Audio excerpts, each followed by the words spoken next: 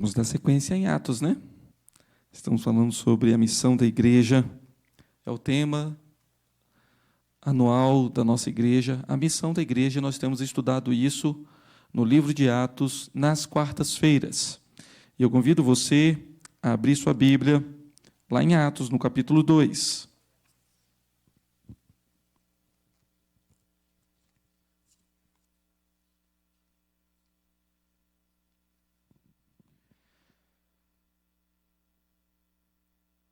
Atos capítulo 2, e nós vamos ver hoje os resultados da mensagem que glorifica Jesus. Semana passada nós falamos sobre essa mensagem, trabalhando ali no sermão de Pedro, que logo depois, quando aqueles homens, alguns ficaram admirados, outros começaram a zombar, Pedro vai e chama a atenção daquele povo e faz um sermão, apresentando o Senhor Jesus. E agora, quem ele é, né? O escolhido de Deus, ele é o aprovado por Deus, ele é o ressurreto de Deus, ele é o Cristo que foi feito Senhor e Cristo. Então, hoje nós vamos ver o resultado deste sermão, do verso 37 até o final do capítulo 2. Convido você a acompanhar a leitura que faço agora do texto sagrado. Ouvindo eles estas coisas, compungiu-se-lhes o coração e perguntaram a Pedro e aos demais apóstolos: que faremos, irmãos? Respondeu-lhes Pedro: arrependei-vos, e cada um de vós seja batizado em nome de Jesus Cristo para a remissão dos vossos pecados, e recebereis o dom do Espírito Santo. Pois para vós outros é a promessa, para vossos filhos e para todos os que ainda estão longe, isto é, para quantos o Senhor nosso Deus chamar. Com muitas outras palavras deu testemunho e exortava-os, dizendo: salvai-vos dessa geração perversa. Então, os que lhe aceitaram a palavra foram batizados, havendo um acréscimo naquele dia de quase 3.000 pessoas. E perseveravam na doutrina dos apóstolos e na comunhão, no partir do pão e nas orações. Em cada alma havia temor, e muitos prodígios e sinais eram feitos por intermédio dos apóstolos. Todos os que creram estavam juntos e tinham tudo em comum. Vendiam as suas propriedades e bens, distribuindo o produto entre todos, à medida que alguém tinha necessidade. Diariamente perseveravam unânimes no templo, partiam pão de casa em casa e tomavam as suas refeições com alegria e singeleza de coração, louvando a Deus e contando com a simpatia de todo o povo. Enquanto isso, acrescentava-lhes o Senhor dia a dia os que iam sendo salvos. Pai querido, em nome do Senhor Jesus, aqui está o resultado, Pai, na Tua santa palavra, registrado aqui, da mensagem que glorifica o Senhor Jesus Cristo. Ó Deus bendito, que essa mensagem esteja nos nossos lábios e que esse mesmo resultado seja visto na nossa igreja aqui, local, nas igrejas que pregam o verdadeiro evangelho do Senhor, que pregam o Senhor Jesus Cristo, para que o teu nome seja glorificado, para que o evangelho seja propagado, para que vidas sejam transformadas, em nome do Senhor Jesus. É assim que oramos. Amém. Queridos, esse texto aqui é maravilhoso, porque quem de nós gosta de ser confrontado? Alguém aqui gosta? Quando alguém chama a sua atenção de alguma coisa, você fica feliz da vida? Abrindo um sorriso assim, de canto a canto, falando assim: eu fui chamado a atenção. A não ser que seja ironia. A não ser que seja um sorriso de ironia. Nós não gostamos. Nós não gostamos de ser confrontados. E o que Pedro fez dentro do seu sermão, além de vir o consolo, falando sobre o Cristo, o Senhor Jesus, que é o aprovado por Deus, o Senhor Jesus que morreu, o Senhor Jesus que ressuscitou, e o Senhor Jesus que foi feito Senhor e Cristo, ele também no meio falou assim: vocês mataram o autor da vida. Ele não acusou simplesmente as lideranças, ele não acusou simplesmente o Império Romano, os governadores do tempo. Ele falou: vocês estavam lá gritando, crucifica-o, crucifica-o, vocês estavam lá. E se não estavam, certamente estavam aí escondidos em algum canto, igual a gente, né? Faltou quase Pedro falar desse jeito. aquele povo foi confrontado. Mas agora, eles não ficam com raiva. Observem que aqui há uma ação daquela palavra confrontadora e consoladora ao mesmo tempo, ao ponto do texto dizer que eles se compungiram. O coração deles ficou atemorizado, o coração deles se quebrantaram diante do Senhor. Foi quebrantado diante do Senhor, diante daquela palavra gloriosa. E agora, eles não ficam falando, claro, alguns ainda tiveram aqueles que zombaram e talvez seguiram seu rumo, mas aqueles que ouviram e ficaram espantados, atemorizados, atônitos com aquela mensagem, agora a pergunta deles é: o que nós faremos? O que vamos fazer? Essa é a mesma pergunta, queridos, que nós ouvimos hoje, quando nós pregamos o Evangelho para alguém. Essa pergunta, ela não foi feita só aqui. No capítulo 16, quando Paulo e Silas vão para a prisão e acontece todo aquele terremoto, a cadeia se abriram, o carcereiro querendo se matar, Paulo falando para ele para não fazer, estavam todos lá, ele também fica do mesmo jeito atônito e fala assim: o que farei para ser salvo? É a mesma pergunta. E a mesma pergunta que quando nós aqui pregamos o Evangelho para alguém, fala assim: tá, e o que eu preciso fazer?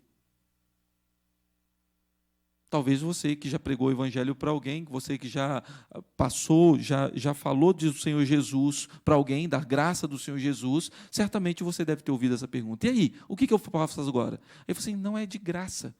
De graça? Não é possível. Um negócio tão bom assim não pode ser de graça. Talvez seja o espanto da pessoa, mas é. A única coisa que nós precisamos fazer é aquilo que Pedro diz aqui. Vocês querem fazer alguma coisa? Vocês não precisam fazer nada. A única coisa que vocês têm que fazer é se arrepender dos seus pecados. Arrependam-se. É a mesma mensagem, se você for lá em Marcos capítulo 1, vocês vão ver o Senhor Jesus, depois de ser batizado, com essa mesma mensagem. O Senhor Jesus, após ser batizado, passou pelo deserto e logo em seguida ele começou seu ministério e a mensagem do Senhor Jesus está lá. No Marcos capítulo 1, não vou me lembrar o versículo especificamente, mas está lá. Arrependam-se e credes no Evangelho. Essa é a mensagem. É a mesma mensagem que Pedro está pregando. É a mesma mensagem que eu e você precisamos passar para frente. O que eu devo fazer para ser salvo?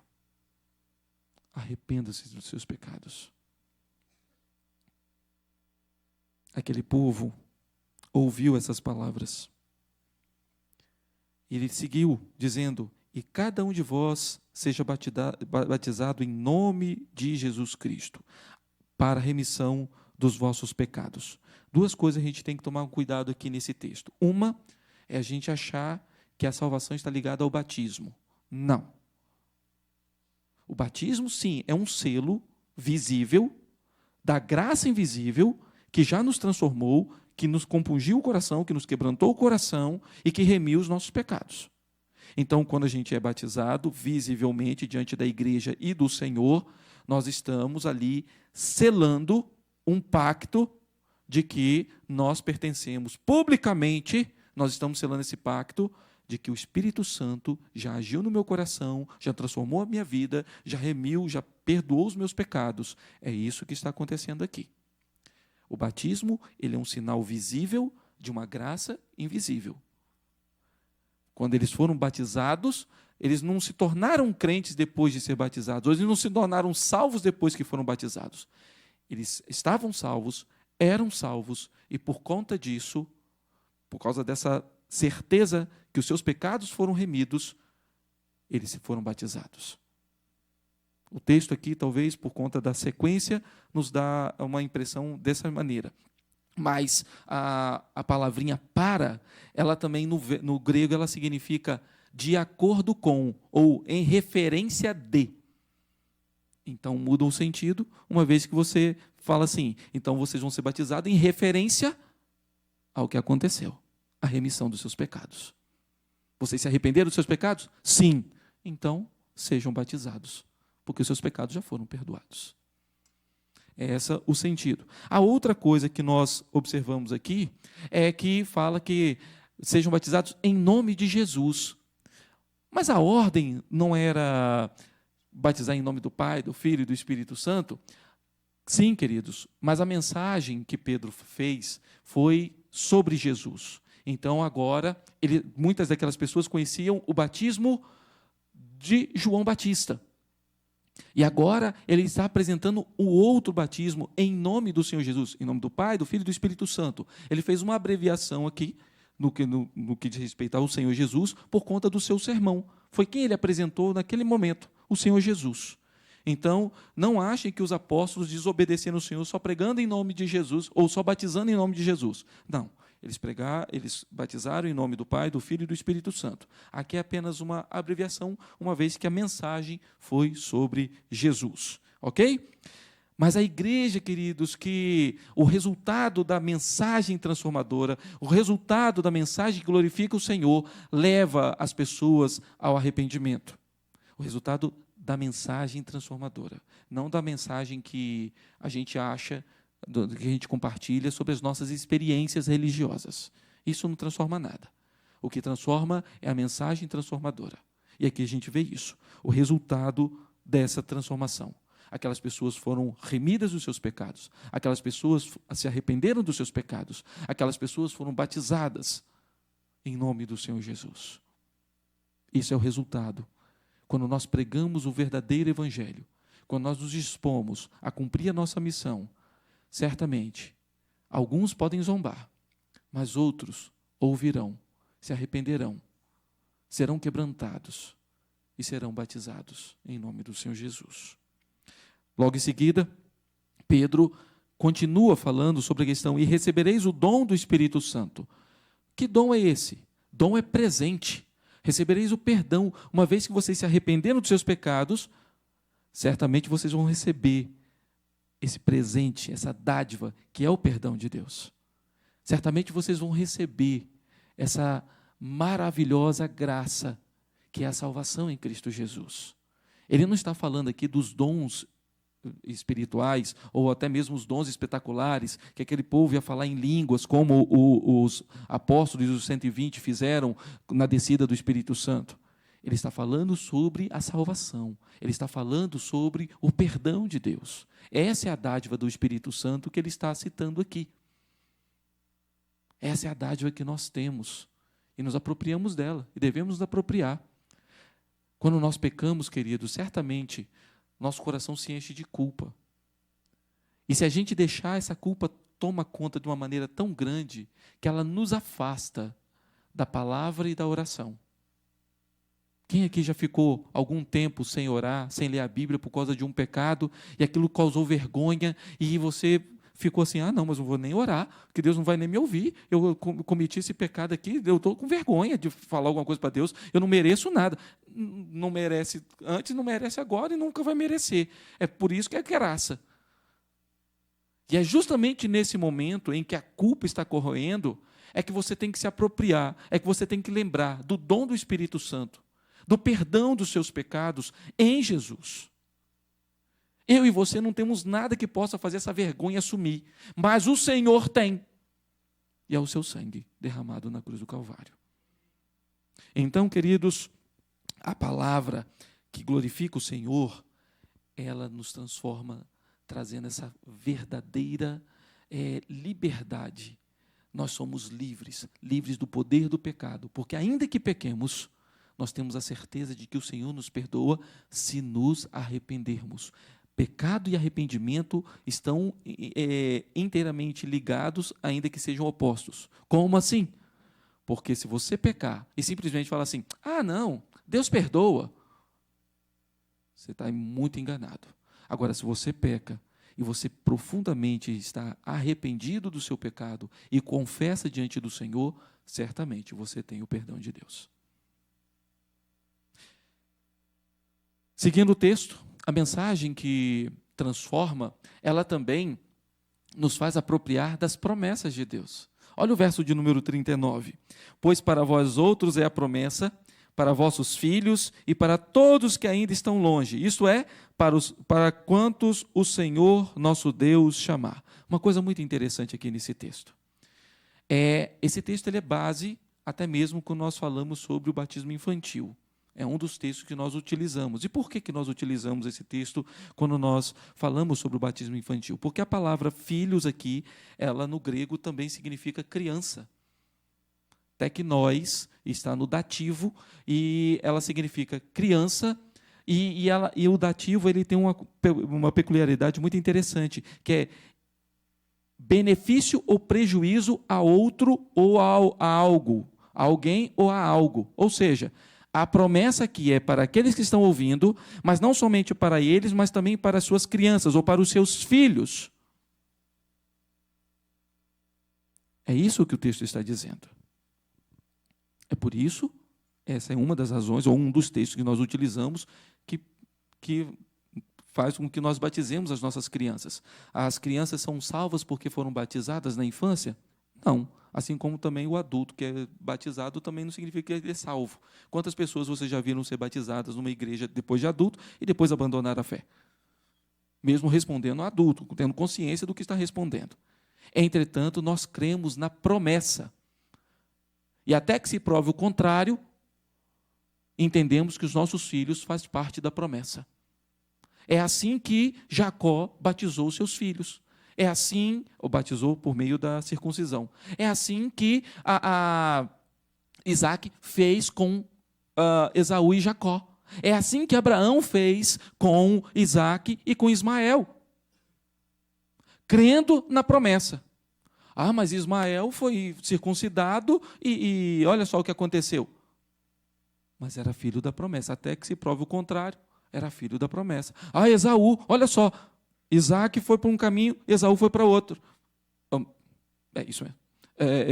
Jacó foi para um lado, Esaú foi para o outro. Estou confundindo já os nomes aqui. Sim, mas até que se prova o contrário, Esaú, filho da promessa. Queridos, a promessa não é só para nós, e não só para a nossa descendência, mas para todos aqueles que ainda estão longe. Isso mostra o quê? Mostra que o Evangelho era tanto para judeus quanto para gentios. Além disso, observe o final do versículo. Para todos quantos o Senhor chamar. Não é aqueles que eu preguei, ele tem que se converter, porque eu preguei o Evangelho. Não, é todos aqueles que o Senhor chamar. A mensagem de Pedro foi o verdadeiro Evangelho. Nem por conta disso, alguns deixaram de zombar. Paulo, quando prega no Areópago, lá em Atenas, do mesmo jeito. Teve aqueles que creram, teve aqueles que zombaram. Teve aqueles que falaram assim, em outro momento a gente te ouve. Sempre vai haver aqueles que não vão dar ouvidos. Porque é aqueles que o Senhor chamar. Não é nós que chamamos. O chamado eficaz vem do Senhor. Não vem da nossa voz, vem da voz do Senhor. E pode ser que essa pessoa venha se converter daqui a algum tempo. Aquele não era o momento. Mas pode ser que ela venha mais para frente. Talvez você não vai ser um instrumento, ou eu não vou ser um instrumento para pregar o Evangelho de maneira que ela seja convencida pelo Espírito Santo. Talvez seja outro obreiro ou outra obreira que vai fazer isso. Mas uma coisa é certa, nós temos a missão de pregar essa transformação pelo Evangelho. Nós temos a missão de glorificar o Senhor. E vamos ver os resultados à medida que o Senhor chamar. Logo em seguida ele vai falar assim, o Lucas registrando vai dizer assim, com muitas outras palavras deu testemunho, a gente não sabe que palavras são essas, mas Pedro continuou dando testemunho, continuou exortando aquelas pessoas com outras palavras, mas certamente Jesus estava presente naquelas palavras de exortação, de encorajamento e de testemunho. Mas ele dizia, aí tem pelo menos um resumo aqui do que ele dizia, salvai-vos desta geração pervertida. Perversa aí também pode dizer má ou pervertida. Salvai-vos dessa geração. Sai fora. Larga isso de mão. Deixa isso para lá. Não se misture com aquilo que é mal. Essa é a ordem aqui. Queridos, nosso coração, ele é propenso ao mal. Se a gente der uma brechinha, a gente cai, a gente desliza. Se a gente acha que o nosso limite é até aqui, então anda até aqui. Não vá até a beiradinha, porque para você deslizar, para eu deslizar, é um estalar de dedos, é um sopro. E é justamente isso que Pedro está orientando aquelas pessoas que estão ouvindo o Evangelho, que estavam arrependidas dos seus pecados. Salvai-vos dessa geração perversa. Sai fora, larga isso para lá. Isso aí não pertence mais a você, você não pertence mais a isso.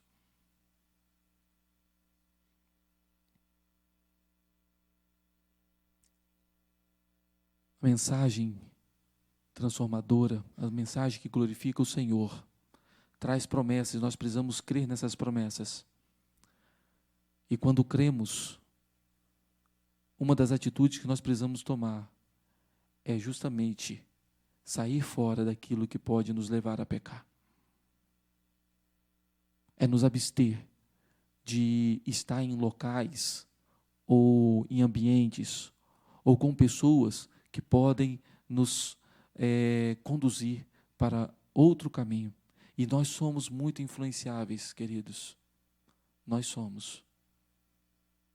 Muitas vezes nós achamos que não, que somos fortes, que temos convicção, mas no primeira coisa que aparece assim e tal, a gente já fica assim, que coisa interessante, olha que legal. E às vezes não tem nada de legal naquilo. Olha o que aquela igreja está fazendo. Às vezes não tem nome de igreja, mas nem sempre é uma igreja, né?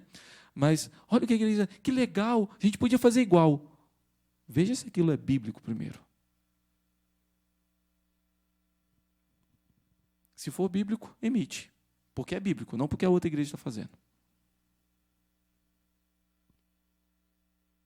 Então, os que lhe aceitaram a palavra foram batizados, havendo um acréscimo naquele dia de quase 3.000 pessoas. Imagina, o coral da nossa igreja, no final do ano passado, foi cantar ali algumas músicas da cantata na Feira do Guará.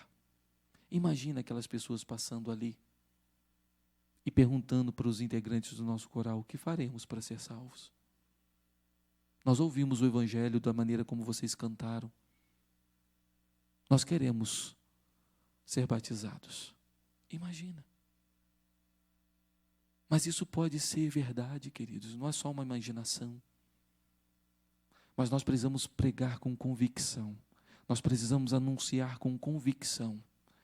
E deixar que o Espírito Santo haja, porque não é nosso poder de persuasão, mas é o Espírito, somente Ele, que pode convencer a pessoa do seu pecado, da justiça e do juízo.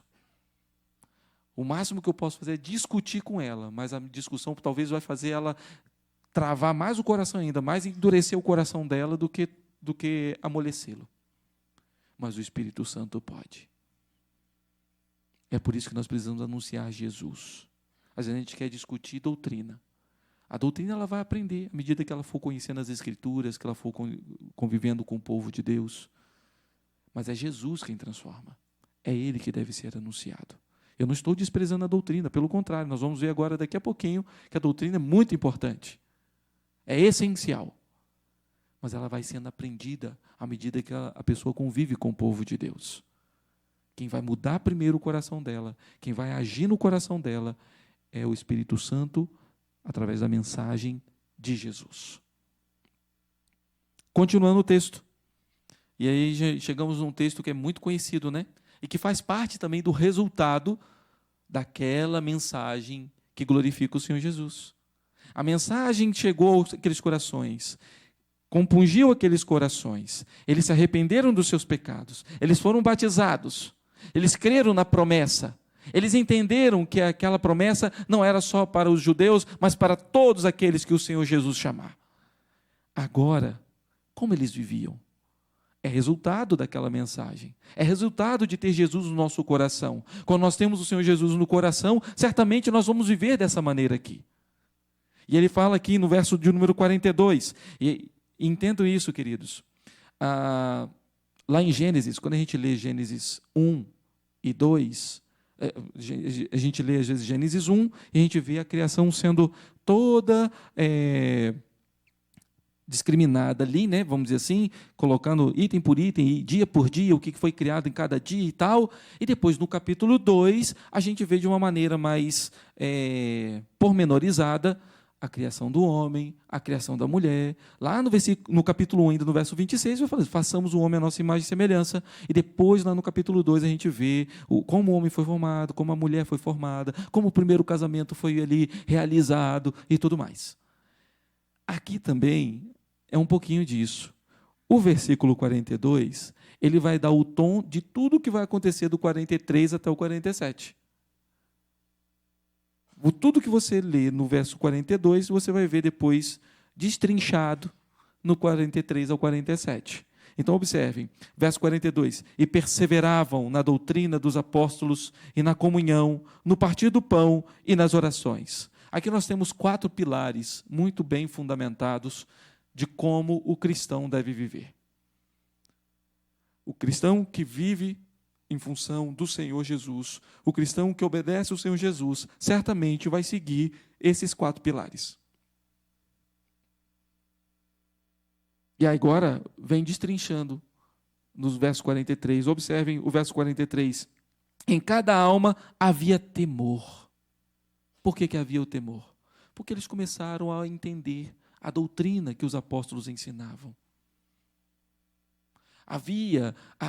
Porque eles entenderam a grandeza de Deus, eles começaram a entender quem Deus é e quem eles eram. E eles começaram a temer o Senhor, a respeitá-lo, a reverenciá-lo, a adorá-lo, por conta da doutrina. Quando nós vemos a doutrina das Escrituras, quando a gente pega a nossa confissão de fé e começamos a observar as Escrituras sagradas, o ensino sobre Deus, o ensino sobre o pecado, o ensino sobre a criação, a gente começa a ficar maravilhado do tamanho e do poder e da grandeza e da majestade do nosso Deus e como nós somos dependentes dele. Assim também, à medida que os apóstolos ensinavam aquele povo, dia após dia, domingo após domingo, culto após culto, eles iam aprendendo e iam se maravilhando e crescia o temor nos seus corações. E muitos prodígios e sinais eram feitos por intermédio dos apóstolos. Esses sinais estavam sendo feitos e a igreja ia se maravilhando, não só os de fora, mas a própria igreja via isso acontecendo e se maravilhava, e aumentava o seu temor no coração. De acordo com a doutrina dos apóstolos, todos os que creram estavam juntos e tinham tudo em comum. Observe aí, relacionado à comunhão. A comunhão que está descrita lá no versículo 42, agora está destrinchada aqui no verso 44. Como que era essa comunhão? Essa comunhão era que todos aqueles que creram, quase 3.000 pessoas, talvez juntando com os 120 já tinha dado os 3.000, agora estavam vivendo todos juntos e tinham tudo em comum. Essa era a comunhão. E como que era essa comunhão? Ele continua falando, vendiam as suas propriedades e bens, distribuindo o produto entre todos, à medida que alguém tinha necessidade. Não é, queridos, que as pessoas começavam a vender tudo, sair vendendo todos os seus bens para poder distribuir entre todos. À medida que alguém tinha necessidade, alguém ia lá, vendia uma propriedade, ou vendia um bem, vendia um artefato e entregava aquele dinheiro para que pudesse sustentar o outro irmão que estava em dificuldade. É essa a ideia, né? Que às vezes a gente pensa assim, que começou todo mundo a vender os seus bens e virou toda essa... Não é isso que o texto diz. À medida que alguém tinha necessidade, o irmão ia lá, vendia uma propriedade ou loteava alguma coisa, vendia e, meu irmão, isso aqui é para te ajudar, esse tempo aí e tal. Aí, se daqui a um tempo aquele irmão tivesse necessidade de novo, ou outro irmão tivesse necessidade, outro ia lá e fazia a mesma coisa, e assim ia acontecendo. E eles se ajudavam, e eles se mantinham, por conta da comunhão que eles tinham entre eles. E olha que a questão da comunhão é agora trazendo a questão do partir do pão. Diariamente perseveravam unânimes no templo. Então, aqui é muito interessante. Quando a gente morava em Vitória, tinha uma igreja que era a igreja em casa, alguma coisa assim. Eu lembro que não tinha templo. Eles se reuniam de casa em casa porque a igreja não tinha tempo, porque a igreja primitiva não reunia em templo. Não é verdade. E o texto aqui nos diz, o verso 46, diariamente perseveravam unânimes no templo, partiam o pão de casa em casa. Eles adoravam no templo, como era costume, semanalmente falando, mas também a comunhão deles era tão grande, o amor uns para com os outros era tão grande, que durante a semana eles também se reuniam e sempre estavam juntos. Essa é a igreja. E aí eles partiam pão de casa em casa, e o partir do pão aqui, ele tem os dois significados. Tanto a refeição, que era comum, o pão e o vinho não faltava na casa de um judeu, e eles partiam isso, e ali eles também rememoravam e celebravam o sacrifício perfeito, único e suficiente do Senhor. Também ministrando ou sendo ministrado a eles a ceia do Senhor. Então, aqui o partir do pão tinha essa refeição comum deles, ao mesmo tempo que rememoravam e celebravam também a morte e ressurreição do Senhor Jesus Cristo. Então, eles estavam sempre juntos, perseverando unânimes no templo e partindo pão de casa em casa, e tomavam suas refeições com alegria e singeleza de coração. A palavra que glorifica o Senhor, a mensagem que glorifica o Senhor, tem como resultado, queridos, isso. Será que é assim que nós temos vivido? A gente tem prazer em estar com os nossos irmãos? A gente tem prazer em estar na casa do Senhor? A gente tem prazer, queridos, nessas coisas? Eu me recordo quando eu era criança e ainda na adolescência, que era muito comum, ainda mais eu que morei no interior, mas mesmo quando eu morei no Rio de Janeiro, era muito comum, quando tinha uma programação, a igreja estava sempre lotada, sempre cheia. E às vezes a gente fazia culto no local, era 4, 5, 6 quilômetros de distância. Ainda mais quando eu morava no interior, então era muito mais visível essa dificuldade, porque nem todos tinham carro. Então, quem tinha um carro dava carona para quem não tinha, e se tivesse aquela bandeirante, né, ainda com um botijão de gás na frente, levavam um tantão de gente ainda na carroceria para ir ao local, e muitos saíam a pé.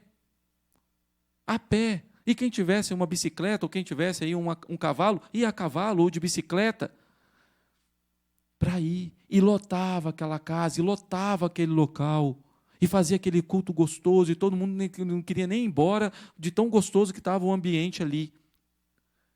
E às vezes hoje, queridos, a gente mora muito próximo da igreja. Às vezes hoje nós temos condições de ter um carro, uma moto ou um outro veículo, e nós não fazemos o mínimo esforço para estar na casa do Senhor juntamente com os nossos irmãos. Nós começamos a crescer com... O Senhor nos dá bens, o Senhor nos dá, às vezes, um sítio, uma chácara, ou nos dá uma cama confortável, um sofá confortável, uma televisão que parece um cinema em casa, e aí a gente se acomoda, né? Vou assistir aqui de casa mesmo. Não é a mesma coisa, queridos. Porque o culto, ele funciona com esse momento aqui, de comunhão. Em casa você assiste, aqui você presta culto. Porque você está na comunhão dos seus irmãos. Você está na comunhão do corpo. A gente precisa, queridos, entender que se nós temos o Senhor Jesus, se o Senhor Jesus é verdadeiramente Senhor da nossa vida, a gente precisa ter esse desejo de comungar. Eu não estou aqui, queridos, julgando aqueles que eu sei que tem muitas pessoas que não podem estar aqui. E não achem que eu estou julgando. Eu sei que tem pessoas que nesse momento estão saindo do trabalho, que não podem estar aqui. Eu sei de pessoas que às vezes estão adoentadas ou têm outros, acabam tendo outros compromissos. Nós entendemos isso. Mas o que nós queremos chamar a atenção aqui é como tem sido, ou como você tem visto essa comunhão com o Senhor. E quando eu falo essa comunhão, queridos, não é só com aquelas pessoas que você olhou e falou assim: eu simpatizei com fulano. Com fulano ou com cicrano eu vou conversar. Queridos, nós somos irmãos. Da mesma maneira que você algum dia pode me magoar, eu também posso causar isso em você. Agora, existe uma coisa aqui nesse texto que nós já vimos. Nós recebemos o perdão de Deus. E para que nós recebemos o perdão de Deus? Para ficar chateado com o irmão e não perdoar? De jeito nenhum. Senão isso quebra a comunhão. Senão isso faz com que o partir do pão, a celebração da ceia, seja quebrada. Se nós somos discípulos do Senhor, se nós devemos imitar o Senhor Jesus, então começa justamente com isso. Lembrando o que Ele fez por nós e o que nós devemos fazer uns pelos outros.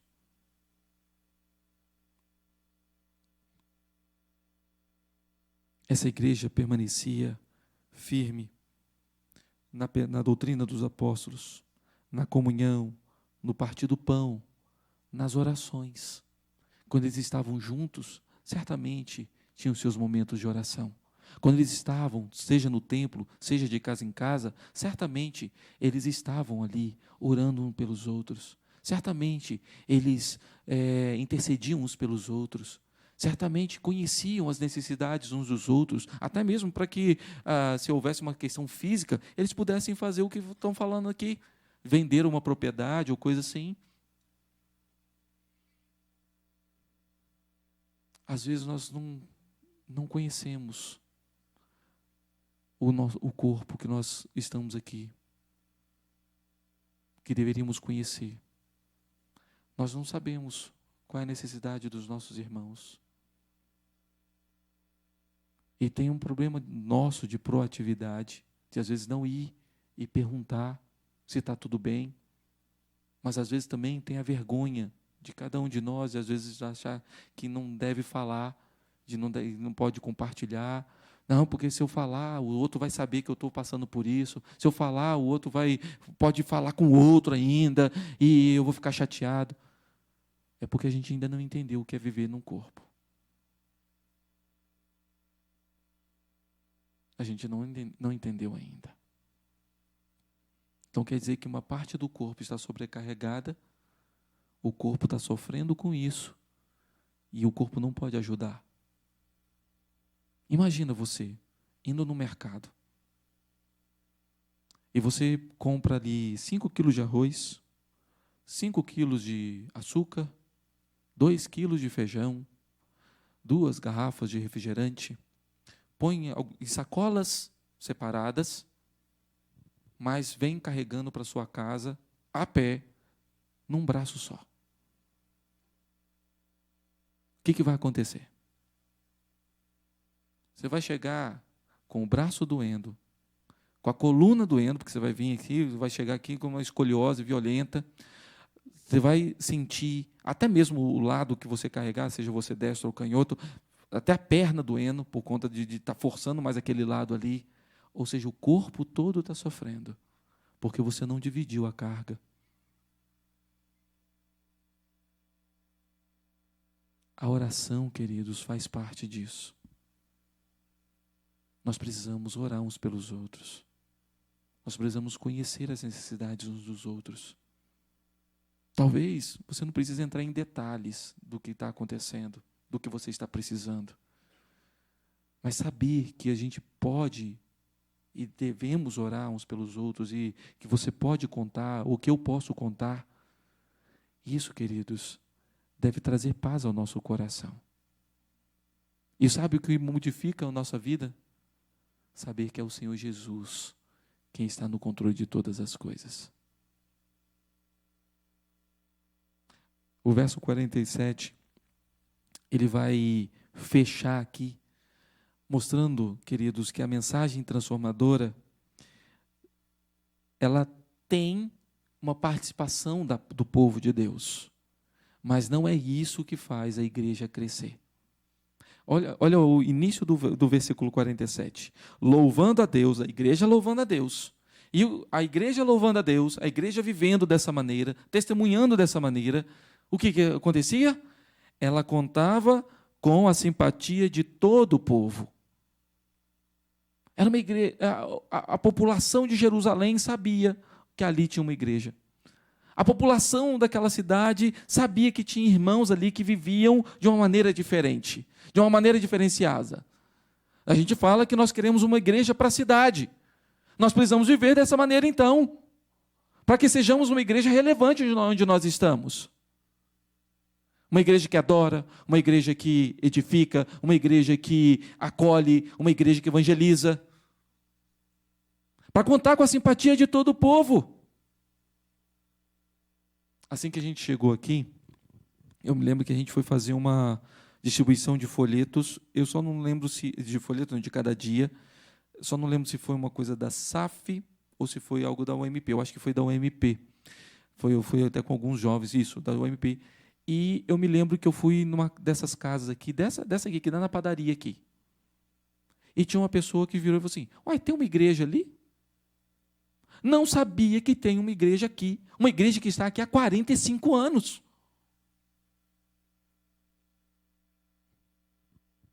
Que relevância nós temos aqui? Que simpatia nós estamos contando com o povo? A gente chega, talvez alguns descobrem que tem uma igreja aqui porque alguns irmãos podem parar na frente da garagem dele, né? Aí ele vai descobrir que tem uma igreja aqui, que ele tem que vir aqui para poder pedir para o diácono avisar aqui na frente que tem um carro parado na garagem dele. Ainda dando mau testemunho.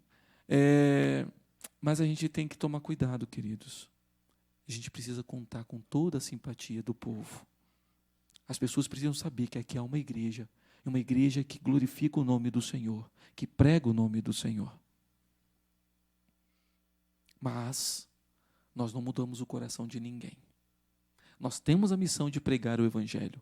Nós devemos cumprir essa missão de pregar o Evangelho. Mas observe o restante do versículo quando diz assim: enquanto isso, acrescentava-lhes o pastor Fábio.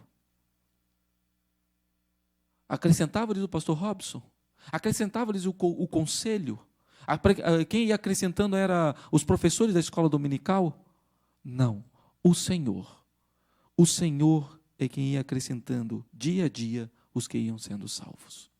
Porque é o Senhor quem chama, de acordo com aquilo que nós vimos lá quando Pedro falou sobre a promessa do Senhor, e a todos quanto o Senhor chamar. Aqui o verso 47 fecha dizendo que mesmo o povo sendo simpático, acolhedor, quem faz a obra de mudar o coração não é a igreja. Por mais simpática que ela seja, por mais acolhedora que ela seja, por mais tecnicamente boa no louvor, ou boa na mensagem, em pregar o Evangelho, quem vai fazer a diferença é o Senhor.